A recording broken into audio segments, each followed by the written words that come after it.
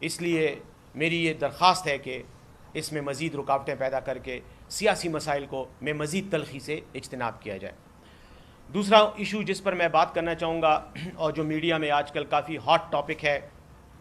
وہ خیبر پختونخوا میں کابینہ میں وزیر شکیل خان کی برطرفی کے نوٹیفیکیشن کے بعد پیدا ہونے والی صورتحال ہے۔ اس پہ میں چند باتیں کروں گا۔ اس پر پہلے بھی میں پریس کانفرنس کر چکا ہوں پشاور میں، اور میڈیا میں ہمارے مختلف لوگوں کے بیانات بھی آئے ہیں، وضاحتیں بھی ہم نے دی ہیں، لیکن اس کے باوجود چونکہ یہ مسئلہ ہر روز ڈسکس ہو رہا ہے، اس لیے میں سمجھتا ہوں کہ آپ کے ساتھ چند حقائق شیئر کروں۔ پہلی بات تو یہ ہے کہ یہ جو ایشو تھا اس کی بنیاد ایسے ہوئی کہ کچھ لوگ جو عمران خان صاحب سے جیل میں ملے، انہوں نے جیل میں مل کر عمران خان صاحب سے شکایت کی، بات کی کہ خیبر پختونخوا کے بعض محکموں میں کرپشن ہو رہی ہے۔ عمران خان صاحب نے اسی بات کو آگے بڑھاتے ہوئے کچھ لوگوں کو طلب کیا، جن کو طلب کیا اور جن کی طرف سے یہ بات آئی تھی ان میں ایک تو شکیل خان صاحب تھے، کیونکہ ان کے محکمے کے حوالے سے اخبارات میں، میڈیا میں، سوشل میڈیا پہ باتیں چل رہی تھیں تو ان کو بلایا گیا۔ ساتھ ہی عاطف خان صاحب تھے، اسد کیسر صاحب میرے خیال میں وہ بھی تھے، اور شاید ایک دو اور لوگ تھے جن کے مجھے اس وقت نام ایگزیکٹلی یاد نہیں ہے۔ انہوں نے ملاقات کی، آج سے کوئی تین ہفتے پہلے کی بات ہے۔ جب خان صاحب نے پوچھا اور بات ہوئی تو انہوں نے ان کو حکم دیا کہ آپ جائیں اور اس سلسلے میں خیبر پختونخوا میں آپ پریس کانفرنس کر کے میری طرف سے یہ پیغام دیں تمام وزراء کو بھی اور تمام افسران کو بھی، اہلکاروں کو بھی، کہ میں کسی صورت میں بھی کرپشن کو برداشت نہیں کروں گا۔ زیرو ٹالرنس پالیسی ہوگی۔ کرپشن میں ملوث ہونے کا ثبوت جس کے خلاف بھی آیا، چاہے وہ کتنا ہی اہم ذمہ دار پارٹی کا یا حکومت کا ہو، اس کے خلاف ہم کارروائی کریں گے۔ اس کانٹیکسٹ میں آپ کو پتہ ہے کہ شکیل خان صاحب نے ایک پریس کانفرنس بھی کی۔ اس پریس کانفرنس میں پشاور میں بھی ان کے ساتھ بیٹھا تھا، وہاں پر بات چیت ہوئی اور انہوں نے بعض تحفظات کا اظہار بھی کیا اور یہ بھی کہا کہ میں خان صاحب کے حکم سے یہ سب کچھ کر رہا ہوں۔ اس کے بعد ایک بار پھر خان صاحب سے ملاقاتیں ہوئیں، مختلف لوگوں کی، وزیر اعلیٰ صاحب کی بھی ملاقات ہوئی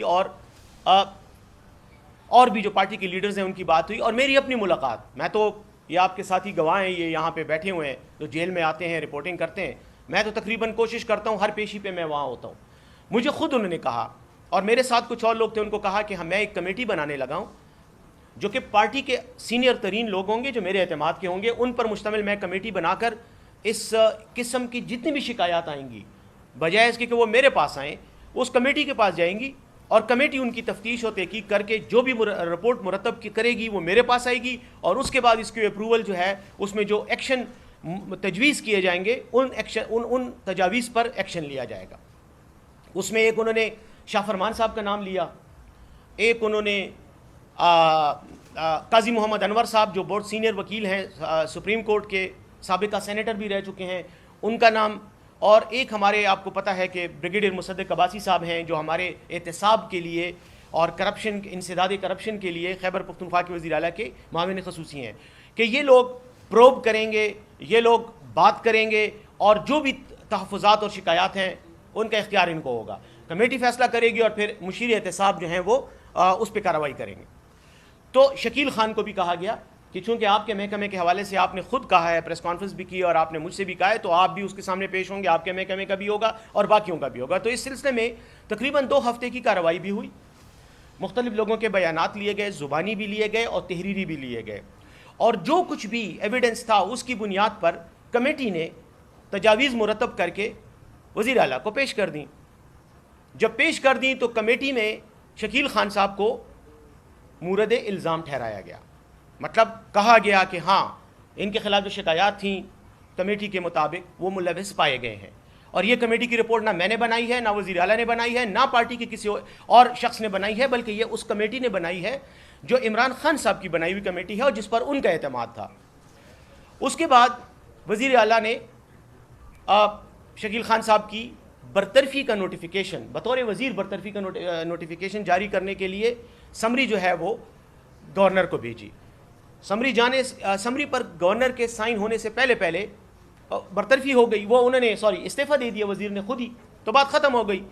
اور بات یہاں ختم ہو جانی چاہیے تھی۔ اس سلسلے میں جو اور لوگ ملوث ہیں ان کے خلاف بھی کارروائی، اگر سرکاری ملازمین ہیں، سیکٹری ہیں، کوئی اور سرکاری افسر ہے، ان کے خلاف جو کارروائی ہے وہ بھی اسی میں لکھی گئی ہے اور اس پر کارروائی ہوگی. لیکن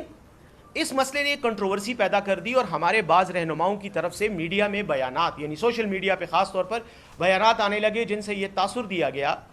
کہ شاید یہ واقعہ وزیر اعلیٰ کے کسی کے ساتھ ذاتی تنازع، اختلاف یا عناد کی وجہ سے پیش آیا ہے.